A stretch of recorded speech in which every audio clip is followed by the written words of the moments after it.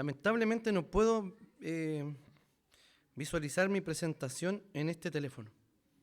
Así que voy a tener que darme vuelta para poder leer.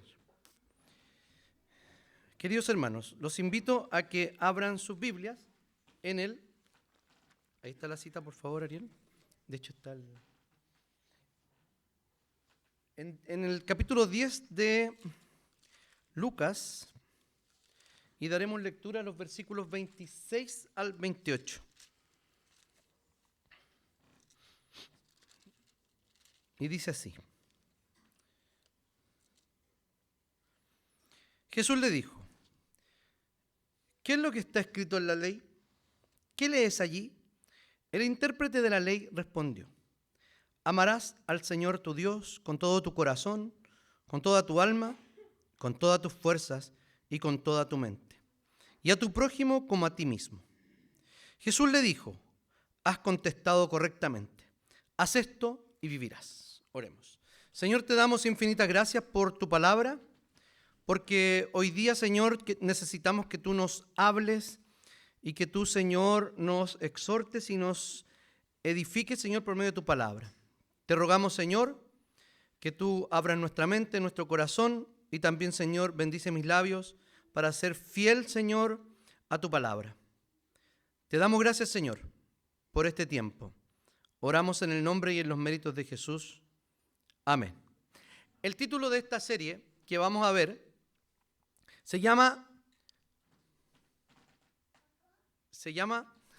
como vieron en la familia, el progresismo y la Biblia. Y uno se pregunta inmediatamente, ¿por qué metemos la palabra progresismo allí? ¿Cierto? Ya la vamos a definir.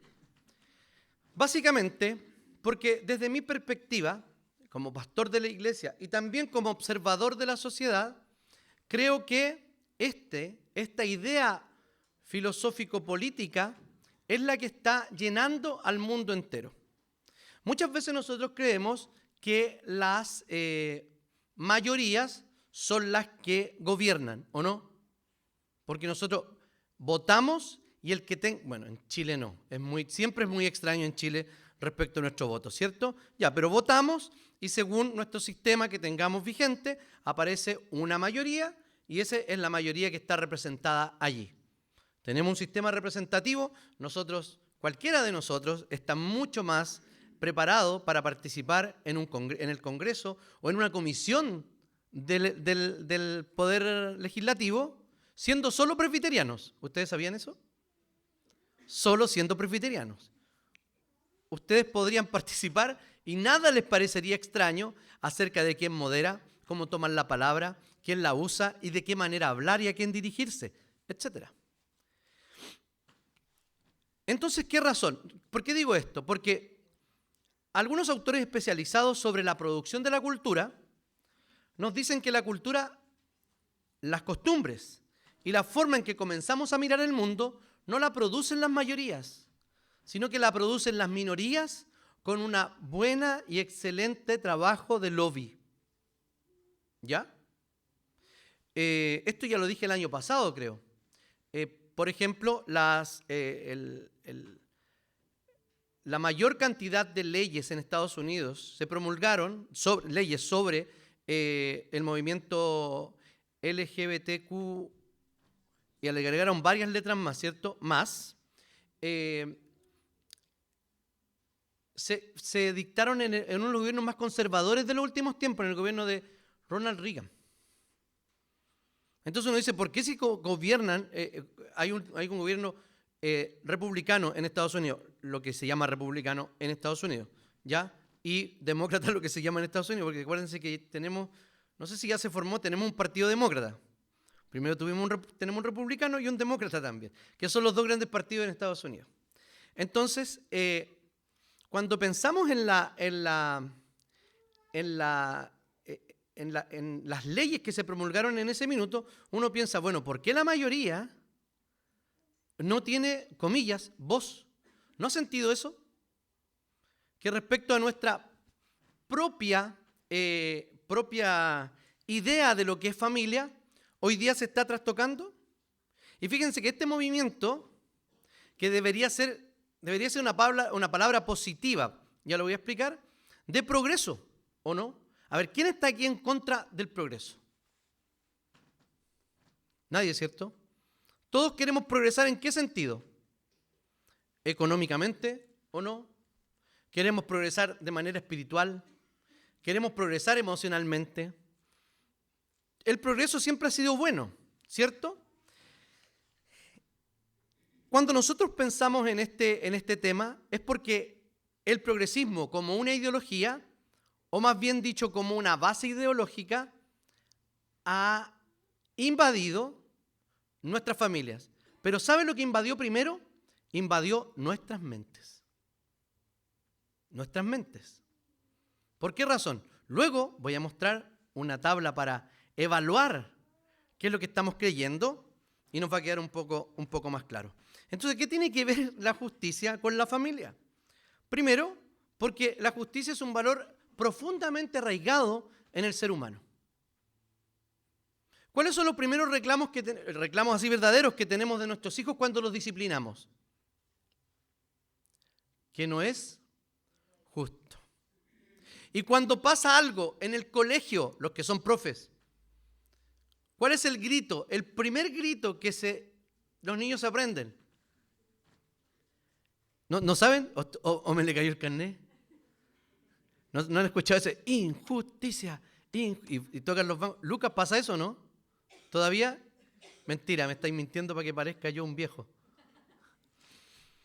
Bueno, la justicia está profundamente arraigada. Los niños cuando se sienten de alguna manera pasados a llevar, siempre piensan en que eso es injusto, que no corresponde. ¿Por qué? Porque todos los seres humanos tenemos una reliquia en el corazón, una reliquia divina de saber lo que es bueno y lo que es malo, de lo que es justo y lo que es injusto, ¿o no? Luego nuestras crianzas y nuestras creencias empiezan a nivelar o a corregir las cosas que pueden ser justas o no. Además de eso, la justicia es un valor que trasciende a las personas desde nuestro punto de vista, porque la justicia la encontramos en Dios, no en otra parte. También porque absolutamente todos los movimientos a partir del movimiento del progresismo, lo que hace es partir acerca de la justicia. Por ejemplo, hubo en una ocasión, hay un movimiento de mujeres negras que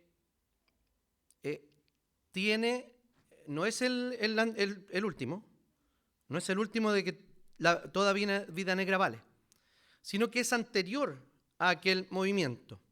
Eran mujeres que estaban peleando por la justicia reproductiva. ¿Qué significará justicia reproductiva?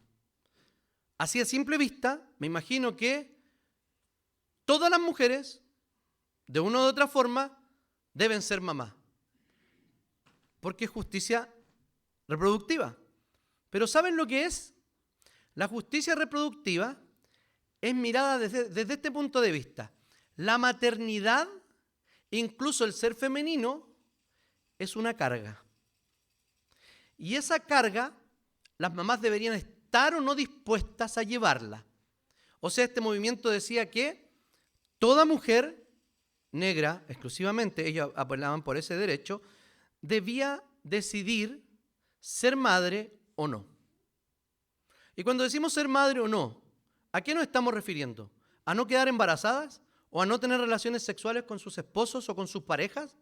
No, está simplemente diciendo que hay una puerta abierta y que es justo por los derechos de esa mamá matar a un pequeño bebé indefenso en el vientre de su madre. Eso es. Las cosas nos parecen terribles cuando todavía son un tabú. ¿No es así? Por ejemplo, hoy día, ¿quién podría decir que es injusto para los pedófilos que no esté la palabra, la P en ese, ¿cómo se llama? Anagrama, acróstico. ¿Cómo se llama? Sigla. ¿Por qué no está la P?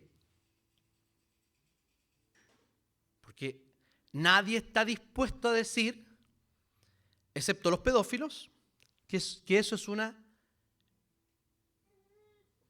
opción sexual legítima, una inclinación sexual que es propia de los seres humanos o de algunos seres humanos.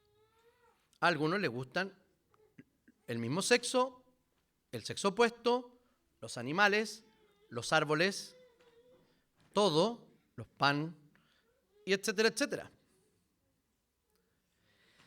Esto lo han vivido también los padres en sus casas, ¿o no?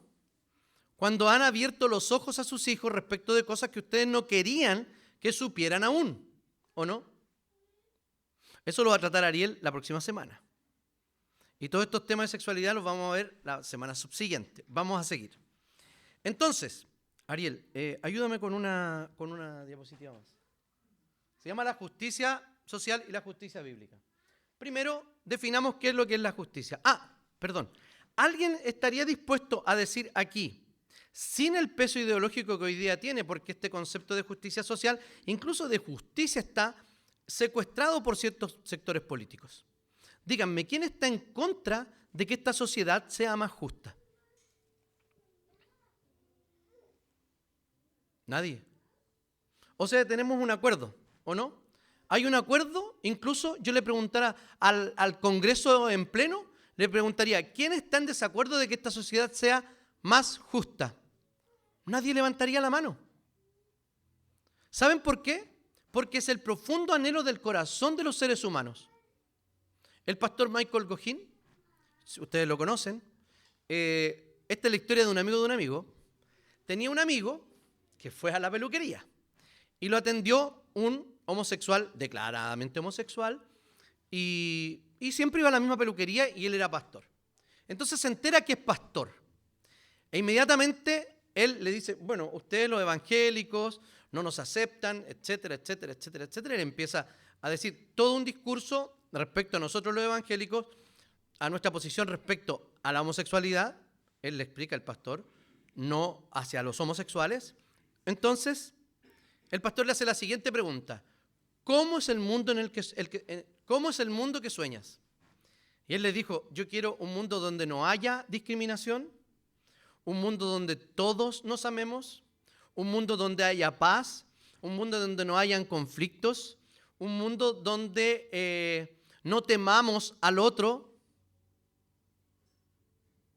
¿Qué es eso? ¿Qué es eso?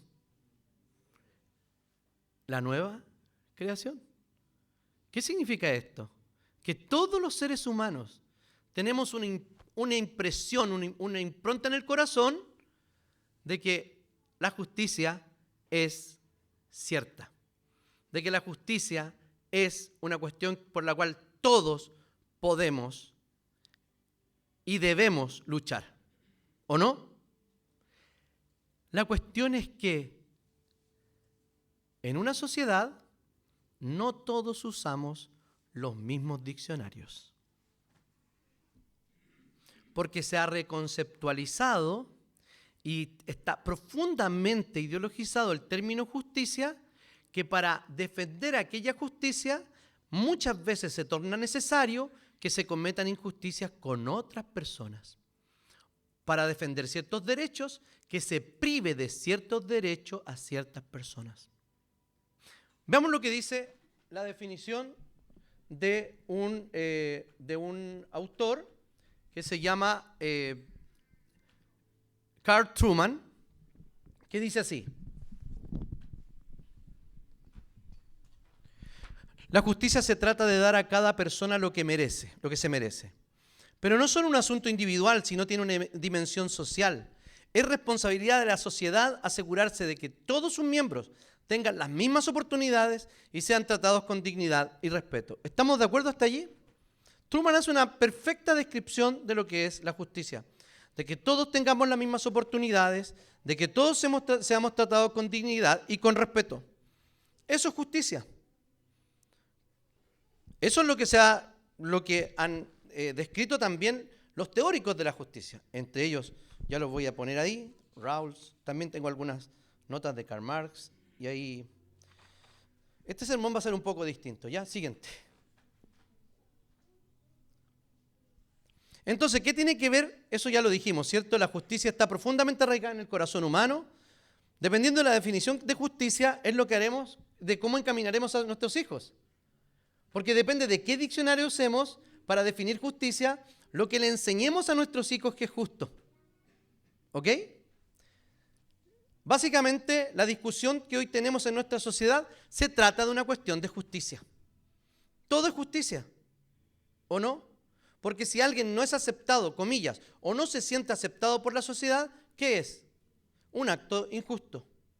Si yo no reconozco a alguien según se percibe, ¿qué estoy cometiendo con esa persona? Un acto de injusticia. Porque él tiene derecho ¿a qué? A sentirse absolutamente lo que quiera. Y esto está avalado por muchos estados. O sea, ha llegado al nivel no solo de una cuestión meramente relacional entre personas, de cómo nos aceptamos los unos a los otros, sino que hay leyes específicas sobre lo que podemos o no podemos decir. Por dos razones no vamos a subir, yo tomé la decisión de no subir este video. Por dos razones. Una, nos van a bajar la cuenta. He dicho muchas palabras que no se dicen en YouTube. ¿Ya? De hecho, si yo digo micrófono negro, identifica muchas veces que estoy hablando del micrófono negro, van a cortar mi video. Y en segundo lugar, hemos tenido experiencias muy malas cuando se habla de estos temas, que se toman ciertas porciones de un orador y luego se le expone y se le funa en Facebook. Cuando funaron al pastor Jonathan, no sé si se acuerdan, cuando él habló sobre aborto antes del plebiscito de salida, del 4 de septiembre, él habló sobre el aborto y quien lo conoce sabe exactamente qué estaba hablando. Sin embargo, una persona, un evangélico, reconocido y públicamente de derecha, ¿saben lo que hace? Lo toma y lo expone y lo apedrean. Con ese solo fragmento, Jonathan quedaba muy mal y la iglesia presbiteriana quedaba muy mal. Los que lo conocían lo llamaron y le dije, y quedaron en paz. Y algunos publicaron aquello. Hablé con el pastor Jonathan, entendí, no es el video completo, etcétera, etcétera. Entonces yo le digo a esta persona, le digo, oye, pero ¿por qué estás funando al pastor Jonathan? ¿Tú quieres que hablemos de este tema en público los dos? Me dijo, ¿va a defender al pastor Jonathan? No, voy a defender lo que dice la Biblia. Además le dije, esto no es de cristiano, funar a la gente. ¿Por qué no hablaste primero con él? Es que era público. Entonces vino mi siguiente argumento que fue muy bueno. Le dije, oye, ¿sabéis qué? La gente de izquierda es la que funa. Increíblemente ese fue un argumento muy doloroso para él. Que estaba en los movimientos de izquierda eran los que ponían las funas. No la sacó, no estaba ni ahí. Lo único que necesitaba era encontrar una razón para atacar a la iglesia presbiteriana, que es considerada progresista. La gente cree que nosotros creemos en el aborto, que creemos en el matrimonio igualitario y que queremos un montón de cosas. No creemos esas cosas. Yo no sé si alguno de ustedes creerá, pero la iglesia presbiteriana no lo cree, porque está claro en nuestros símbolos de fe. El matrimonio se celebra entre un hombre y una mujer, y están todos los textos bíblicos. En la respuesta a la pregunta del mandamiento no matarás, aparece explícitamente el cuidado de la vida desde siempre. Entonces sí tenemos posiciones sobre el aborto, tenemos posiciones sobre la sexualidad, tenemos posiciones sobre todo. Lo que pasa es que nosotros no la exponemos de manera como lo deberíamos hacer tal vez, o simplemente los hermanos no leen nuestros símbolos de fe. Yo creo que las dos cosas son ciertas. ¿Ya? Entonces sigamos. ¿Se repitió? Avanza nomás. ¿Por qué el título de la serie? Vamos a definir el concepto. ¿Ya? La Real Academia de la Lengua Española define progresismo como una tendencia política y social que defiende la reforma y el avance continuo hacia una mayor igualdad y justicia social. ¿Quién podría estar en desacuerdo con esta definición? Todos queremos aquello, ¿o no? Mayor igualdad, mayor justicia social. Mayor igualdad no significa que nosotros vamos a tener, iba a ser un experimento y se me olvidó, hermano. ¿Lo hacemos así? ¿Lo hacemos de mentira? Miren, la igualdad no significa necesariamente que todos tengamos lo mismo. La igualdad, desde el punto de vista de la Biblia, es que todos tengamos lo básico. ¿Y saben por qué? Porque entre ustedes no habrá pobres. No le dice al Imperio Romano. ¿Sabe quién le dice esas palabras? Al pueblo de Dios. Eso significa que en nuestra congregación, ¿quién debería estar pasando algún tipo de necesidad? Nadie. ¿Ah? Absolutamente nadie. Ariel va a hablar de esto la próxima semana. Pero si un papá y una mamá tienen la convicción de que sus hijos deben salir de la educación normal, de la educación institucionalizada, ¿muy alta? Ariel, trabajamos juntos. Si un papá necesita aquello y no se la puede, no le da el cuero, o cree que no le da el cuero para criar a su hijo en casa, ¿por qué razón no hay alguno de ustedes, de nosotros, que no tenemos 4 hijos, que tenemos 2, que tenemos 1, de apadrinar a uno de esos hijos para que ellos vayan a una escuela cristiana? Hace una tremenda diferencia, hermanos, que nuestros hijos estudien aquí o allá. Perdón, Ariel. Tengo estos temas en la cabeza de manera demasiado, ¿cómo se dice? Exactamente, es que quería una palabra mejor para después decir eso, pero fluyen los temas. He pensado más de un año en todo esto, más de un año, desde la última serie, que ocupamos la palabra secularismo, ¿se acuerdan? En la cultura secular. Hoy día me atreví a dar un paso más adelante. Alguien me preguntó, ¿por qué secularismo y si también el liberalismo económico, o sea, las derechas individualistas, también podrían serlo? Yo le dije, porque eso, desde mi punto de vista, no está inundando los corazones de la iglesia. Hay otros elementos que son mucho más fuertes en la cultura y que incluso son mucho más seductores. ¿Ya? Entonces, sigamos, por favor. Aquí tenemos al maestro sobre estos temas y él relaciona el progresismo con la justicia social de esta manera. En la mentalidad progresista, la justicia social se ha convertido en un fin absoluto, lo que significa que cualquier cosa que se considere un obstáculo para lograr la justicia social puede ser ignorado o incluso eliminado. ¿Están de acuerdo con esa definición? De que el progresismo de alguna manera tiene como meta total la justicia social. La Biblia no tiene como objetivo la justicia social. Cuando llegue el reino de Dios pleno y sea un reino de justicia, ¿es lo que busca la justicia social? ¿La igualdad entre los seres humanos? ¿Qué busca? Todo eso de atrás va a pasar. Busca la gloria de Dios. Y nosotros como creyentes debemos buscar la gloria de Dios, porque al amar a Dios y amar al prójimo, como vimos allí, es practicar la justicia. Eso es. Amar a Dios, tener una correcta relación con Dios y tener una correcta relación con mi prójimo. Ese está en el texto que leí, está en el contexto del buen samaritano. La religión les impidió ayudar a otro. Les voy a poner el siguiente ejemplo. Imaginémonos un comedor social. Un comedor, no es ninguno del que yo estoy, imagínense en otro planeta, de otra iglesia, de otro planeta.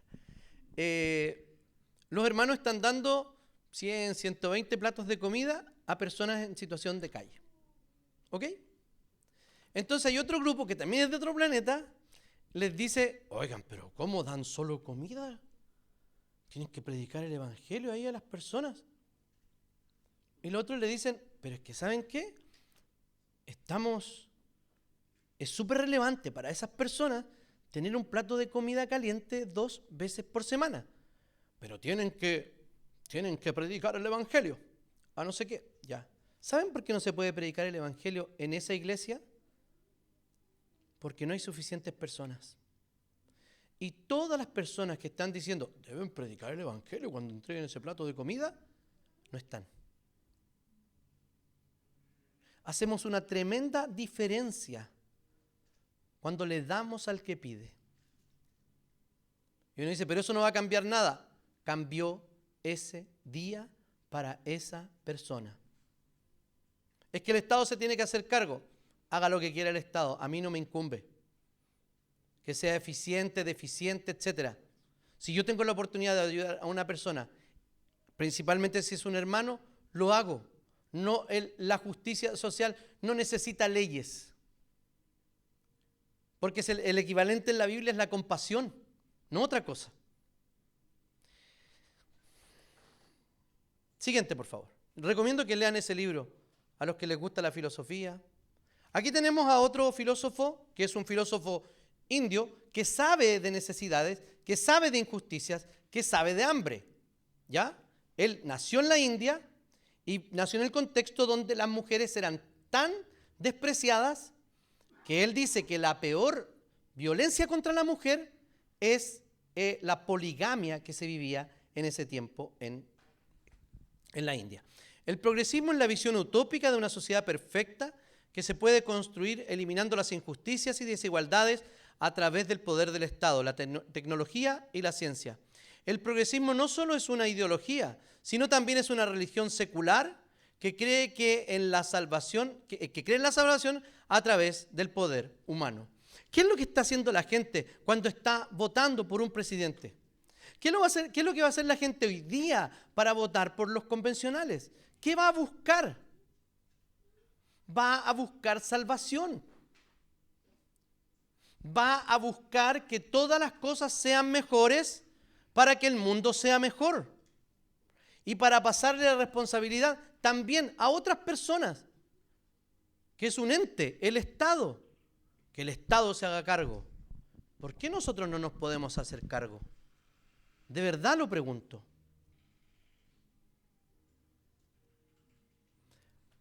Hay personas que se han desligado de sus propios vehículos para que lo ocupara yo. Porque tenían la sensación de que como pastor, no teniendo un auto, yo tenía más necesidad que ellos. Y me lo pasaron. Por meses, tal vez más de un año. Entonces, esto es lo que quiere el corazón humano. Lo que pasa es que el progresismo ha tomado caminos distintos respecto a esto, a la justicia social. Ha tomado un camino que es cerrado. ¿Por qué?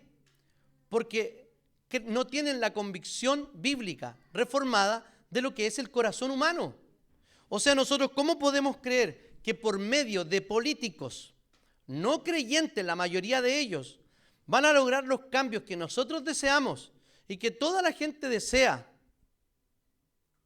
si ellos tienen un corazón egoísta? Hablamos mucho de la corrupción, ¿o no? ¿Alguna vez ha tenido varios millones enfrente por hacer algo, por dejar de hacer algo? Piense lo que haría si pudiera sacar rédito económico de aquello. Nosotros podríamos pensarlo, pero alguien que no tiene ética, que no tiene moral y que cree que Dios no existe, ¿qué va a pasar? Es altamente probable que diga que sí. Entonces, siguiente, por favor. Aquí puse, no lo voy a leer, pero este concepto viene desde muy antiguo, ¿ya? Ha aparecido en la filosofía y la economía francesa en el 1840.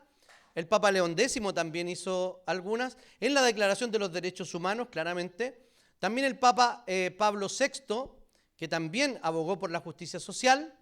El filósofo estadounidense John Rawls también es como el gran expositor de aquello. La Comisión Mundial sobre Medio Ambiente y también la Agenda 2030 para el Desarrollo Sostenible de las Naciones Unidas. Todos ellos han hablado de justicia social. Y eso es bueno. ¿Por qué digo que es bueno? Porque todos anhelamos aquello. Anhelamos una transformación, ¿o no? Pero se nos ha secuestrado el concepto de los cristianos. Porque quien realmente habla de justicia es Dios, no otra persona. Quien realmente revela lo que es la justicia es Dios.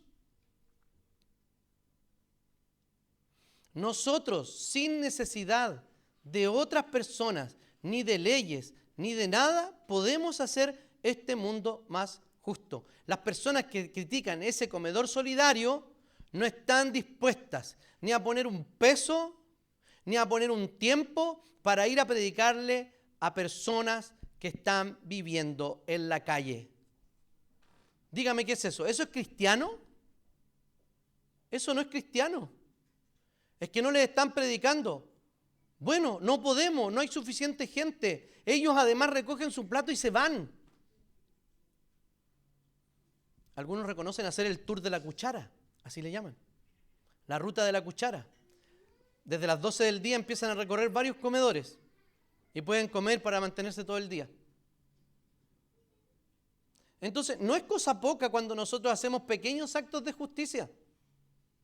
De hecho, es lo que nos pide el Señor, hacer justicia, amar misericordia y humillarte ante tu Dios. Eso es lo que el Señor nos pide.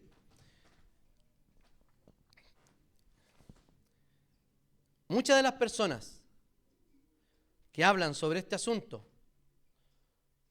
como si nosotros fuéramos capaces de transformar todas las cosas con una política, es porque realmente es muy probable que no hayan sufrido ningún tipo de necesidad. Las personas en diferencias tremendas, y no solo en lo económico, sino que en lo amoroso. Las personas que te apoyan en tiempos difíciles. A lo mejor alguien no tiene para darle, pero sí un cariño, sí un apoyo. Esto parece que ya lo dije. Piensen en una mamá estresada. ¿Ya pensaron? Ofrézcanle a ir a su casa, a hacer el aseo, o a cuidar a los cabros chicos, o sáquelos.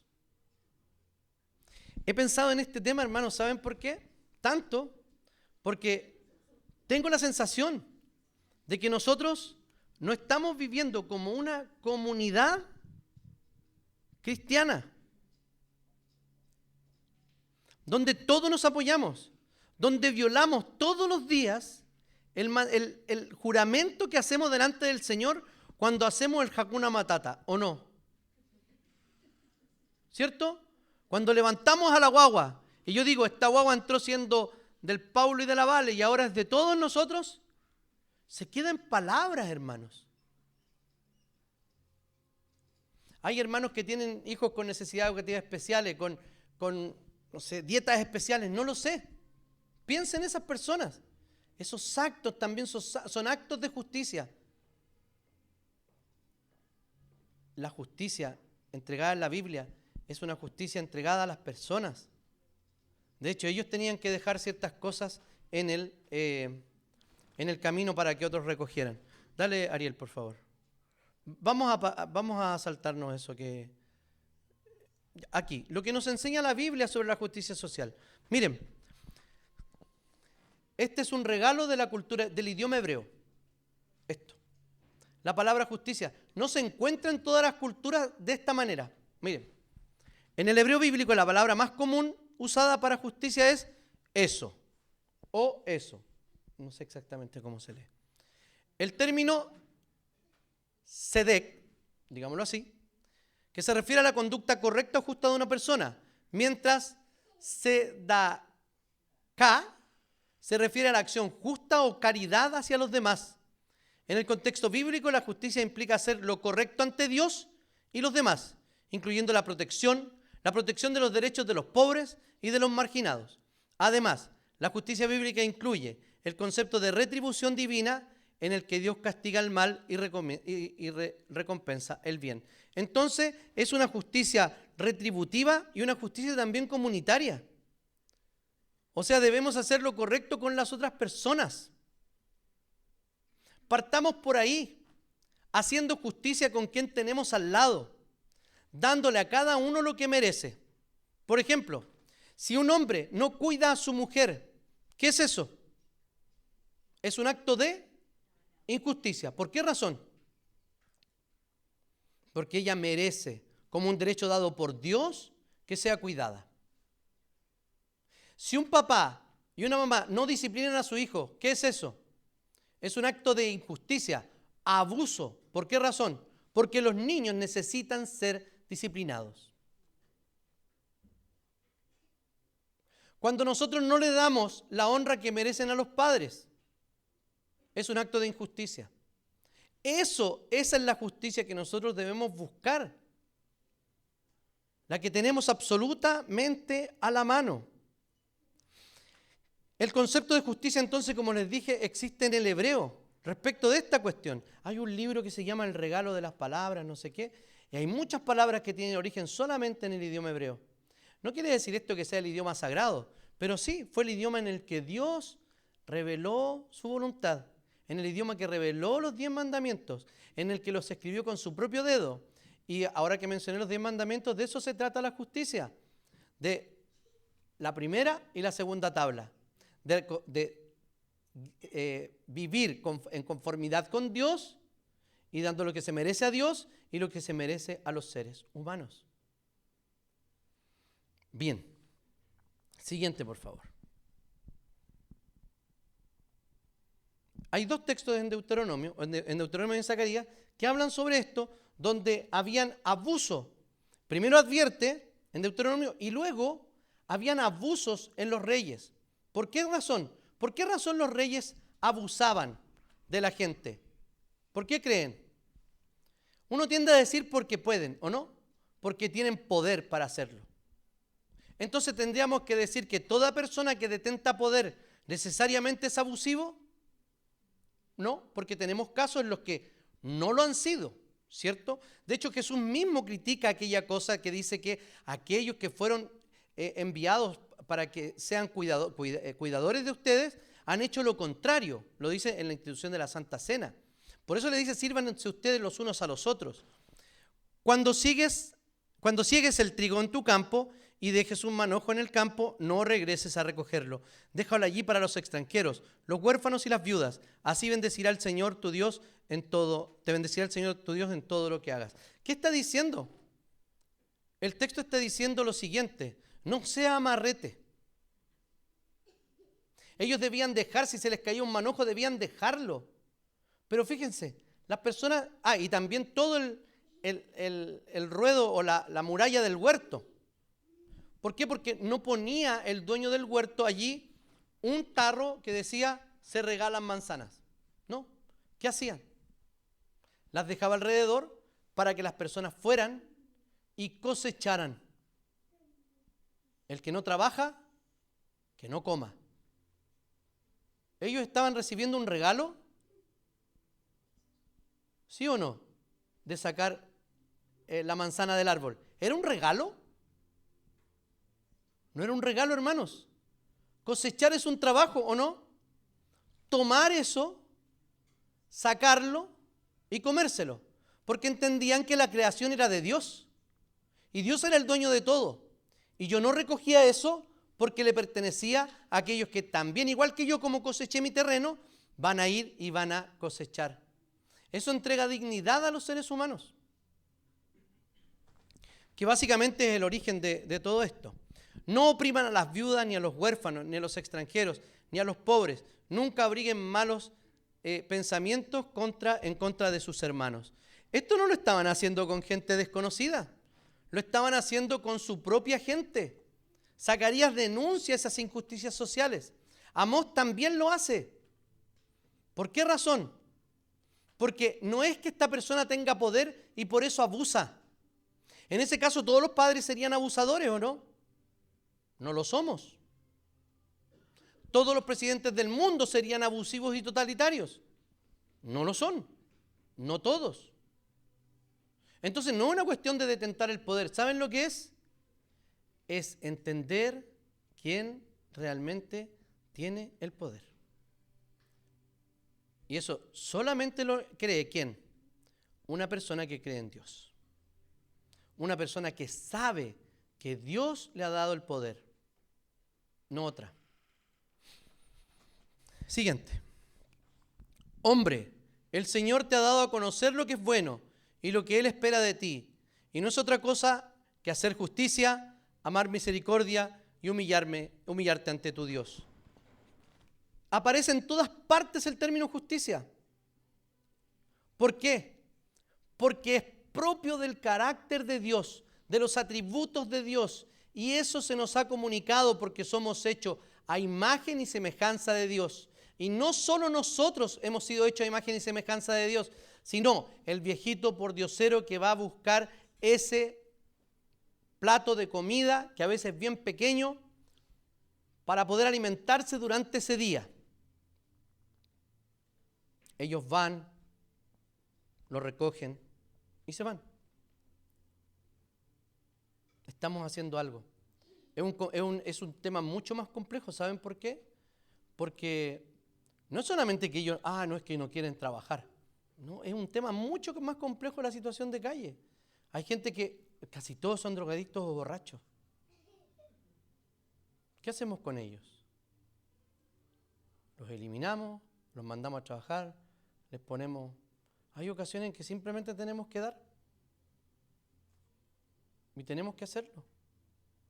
Y no por una cuestión de conciencia de que, me siento mal. ¿Les ha pasado a ustedes que se sienten súper mal, así en el corazón, cuando hay lluvia y ustedes pasan a una persona, una familia mojándose, no sé, o un viejito tirado y nos da como angustia y nos da cargo de conciencia, como diciendo, no he hecho nada, no hago nada por esto? Bueno, eso no es propio de un creyente. ¿Les cuento por qué? Porque nosotros no funcionamos en torno a cargos de conciencia, sino que haciendo cosas. Si usted no puede ir, debe dar. Usted está dando. Usted sabe que hay muchas formas de... ¿Quién cree, usted cree que puede ayudar para eliminar el hambre de África? La UNICEF tiene un programa que uno lo puede poner en su tarjeta de crédito, en su cuenta corriente. ¿Saben cómo se hace? Yo no puedo ir a África. ¿Quién puede ir a África? Ojalá alguien fuera. Pero con 10.000 pesos, ¿sabe a cuántos niños y en cuánto tiempo los saca de la desnutrición? A un niño en 3 semanas. ¿Se va a acabar el hambre en Europa? Perdón. Profecía. ¿Se va a acabar el hambre en África? No se va a acabar. Pero va a haber un niño y luego otro niño y otro niño que va a ir saliendo de la desnutrición. Hay un montón de formas de hacer justicia. Siendo familia de acogida.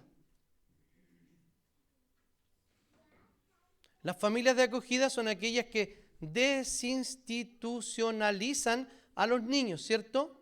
Van, les llevan una guagüita, o más grande también, y ellos lo cuidan. ¿Hasta qué? Hasta que llega un matrimonio que lo va a adoptar y lo entrega. Pueden ser, ¿cuánto pueden ser? Los que saben más de esto, 3 meses, 2 meses, 2 años. Parece que puede ser un tiempo largo. Y ahí nos ponemos nosotros quisquillosos. ¿Qué decimos? No, pero es que me va a costar entregarlo. No lo voy a poder entregar. No, me encierro y no entrego a la guagua. Mi esposa le dice eso a la Laurita Romero de la Quinta Región, que ella lidera en la iglesia este movimiento de familias de acogida. Y dice, yo no podría. Y la Laurita le dice, Anita, esto no se trata de ti, se trata de los niños. Entonces, ¿qué preferimos? Que nos duele el corazón por desarraigarnos de un bebé que estamos cuidando y que sabemos que lo estamos cuidando para otro y lo sacamos 1 mes, 2 meses, 2 años de una institución donde no reciben abrazos, donde no tienen contacto personal, donde no le enseñan a hablar, donde no le enseñan, solamente están. Yo sé que ustedes lo ven y se le quitan las ganas. Los ataques furtivos del Pascual. Pero fíjense, eso es súper injusto que un cáncer tan predecible y tratable como el cáncer de mamas no sea tratado a tiempo porque no hay recursos para las mujeres. Es posible que usted sea socio de la Fundación Arturo López Pérez con 6,000 pesos para financiar exámenes, mamografías para mujeres que no pueden pagarlas. ¿Se fijan? Hay muchas formas en que nosotros podemos buscar eso. Porque no se trata de adherirme a un partido político o a una ideología o a cualquier cosa para poder hacer justicia. Sigamos, por favor. Dice el autor de este libro, Scott David Allen, la compasión no es lo mismo que la justicia social. Aunque ambas busquen aliviar el sufrimiento humano, la compasión es personal y se enfoca en individuos en situaciones específicas. La justicia social, por otro lado, es impersonal y se enfoca en grupos de personas y sistemas sociales. La compasión se enfoca en el amor y la misericordia. La justicia social se enfoca en la equidad y la igualdad. La compasión no requiere justicia social. Podemos ser compasivos sin buscar la justicia social. La justicia social, sin embargo, requiere compasión. Sin compasión, las políticas sociales carecerán de corazón y la motivación correcta. Nosotros hacemos justicia porque amamos al prójimo. Esa es la principal y la única motivación. Lo único que nos debe mover a hacer justicia es amar al prójimo como a nosotros mismos. Siguiente. Esto necesito que pongan mucha atención. Un clic. Hay un sistema abierto. Hay la creencia, devuélvete con el clic. En este sistema, ahí hay un cuadradito que no se ve. Craso error. Son 4 cuadraditos.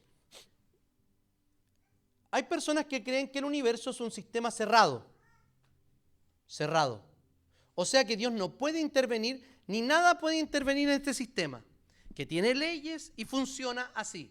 Y nadie puede intervenir. O sea, esas personas no creen en la providencia, ni en los milagros, e incluso en la existencia de Dios. Algunos podrían creer, por ejemplo, los deístas que creen que Dios creó y luego se fue y se olvidó y dejó funcionando el mundo y este universo. Un sistema abierto es aquel donde hay personas que son creadas a la imagen de Dios, o en algunos casos animales evolucionados que de alguna forma han tenido el impulso de una mente superior o de lo que sea, fuera del sistema, y que no es un sistema cerrado, que puede haber una intervención, incluso divina tal vez. ¿Ya? Sistema abierto, sistema cerrado. Un universo, hay gente que cree que hay un universo moral. ¿En qué sentido? En que hay una ley de afuera, en nuestro caso la ley bíblica, revelada por Dios, que nos indica cómo debemos comportarnos con Él y con nuestro prójimo. Y hay un universo amoral que no se guía por esos principios. No hay moralidad, todos los actos son posibles, y vamos a ver quiénes caen en estos cuadros. Primero, el más evidente sería el comunismo, ¿cierto? Que básicamente, como lo tenemos hoy día, es un control institucionalizado de la sociedad. Y eso es, ¿qué logra? ¿Qué quiere lograr? La justicia social, el paraíso en la tierra, ¿cierto? Sabemos que esto no es verdad. ¿Esto ha fallado o no? No tenemos países que estén progresando con este sistema. Es un sistema que no cree en Dios. Y es un sistema que no tiene moral. Es amoral. No importa lo que hagamos. ¿Por qué razón? Porque tenemos que cumplir un objetivo. ¿Vieron hormiguitas? Eran comunistas, ¿no? Algunos tenían que sacrificar la vida, ¿por qué? Por el conjunto. No importaban los individuos. ¿Ok? Entonces controlan institucionalmente, ya sabemos lo que pasa, ¿cierto? Ya lo profetizó George Orwell en La Granja de los Animales, cuando el principio de que todos somos iguales los chanchitos la cambiaron y pusieron algunos son más iguales que otros, ¿cierto?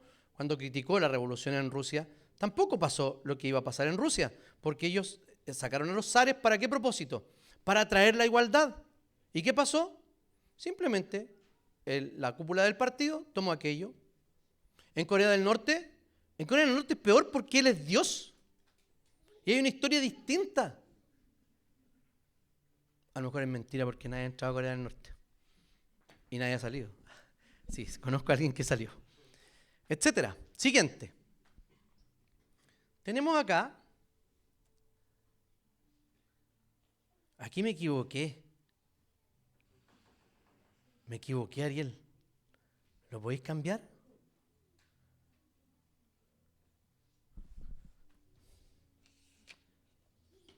Es abierto, cerrado, moral y amoral. Abierto primero, cerrado. Abierto y cerrado. Por favor.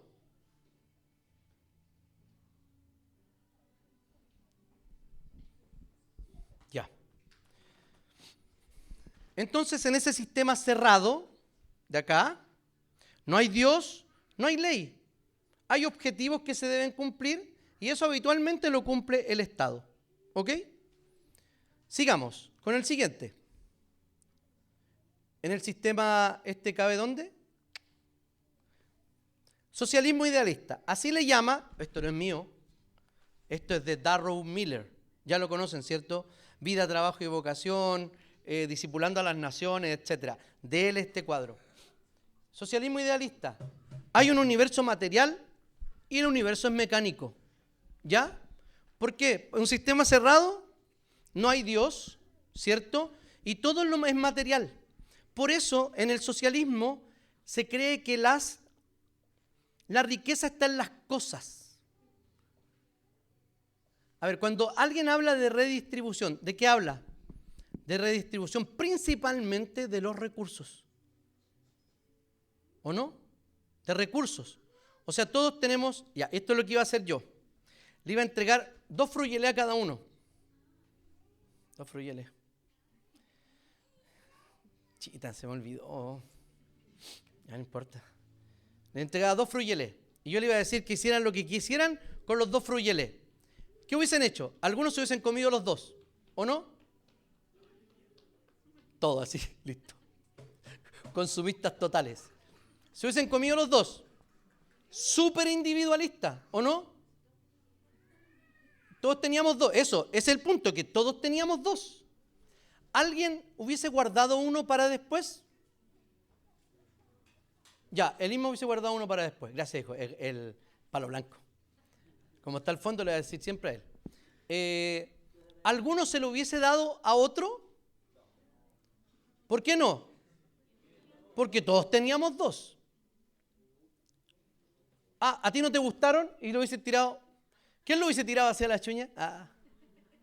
Todos hubiésemos hecho algo distinto con ese fruyelé. A lo mejor a alguno se le pasó por la mente cambiarlo por algo. Si no le gusta, no lo regaló, lo cambió. Dame un chicle, no sé, bla, bla, bla. ¿Qué quiero decir con esto? Que la riqueza, según la teología reformada, nunca ha estado en los recursos, en lo material, porque el mundo no es material. Es un universo abierto. Somos creados a la imagen de Dios y no está en las cosas la riqueza. Está en lo creativo que es el ser humano. Y saben que tenemos un caso súper claro. Japón. Japón vive encima de una roca, de una piedra, ¿o no? Creo que lo único que producen son ballenas, ¿o no? O se las comen. Y lo más importante que produce Japón son japoneses. ¿Y qué pensamos de Venezuela? Aquí tenemos una venezolana. Que nadan en petróleo. Eso no está funcionando. ¿Por qué razón? Porque Dios no existe. Dios no existe. Y hay cierta moralidad. Si en el caso de arriba hay un universo que es moral. Hay normas que cumplir. Por eso que Darrow Miller pone el socialismo arriba y el comunismo abajo. Y en un sistema abierto donde creemos que Dios puede entrar, de que somos criaturas de Dios, hay uno que él le llama crematística. ¿No creen ustedes que los países capitalistas son todos creyentes? Son todos creyentes. Estados Unidos, Donald Trump es presbiteriano. Los Bush son bautistas. El primer presidente católico fue John F. Kennedy. Biden yo creo que también profesa alguna religión. El otro, el Obama, una iglesia de supremacía negra. Le llama de esa forma al capitalismo depredador y al consumismo hedonista. Muchos declaran que creen en Dios o no, pero ¿qué promueven? Promueven el individualismo. Y les voy a citar a la persona que ha dicho la frase más individualista de los últimos tiempos. Margaret Thatcher, primera ministra, la dama de hierro de Inglaterra, dijo: no existe la sociedad, solo existe el individuo. ¿Eso lo puede creer alguien moral? No, eso es amoral. Allí no hay moralidad. Porque sí existe la sociedad. Ella, que es cristiana, debería pensar que sí existen las comunidades, que la Biblia habla de nosotros como un cuerpo. Sí existe la comunidad. No solamente existe el individuo. Por eso que los países más depredadores son capitalistas, amorales. Y yo creo que allá y acá tenemos la mayoría, ¿no? En socialismo idealista y capitalismo depredador. Este es el sistema que enseña la Biblia. Siguiente. La palabra economía viene del griego oikonomos, que es administrar la casa. Administración de la creación.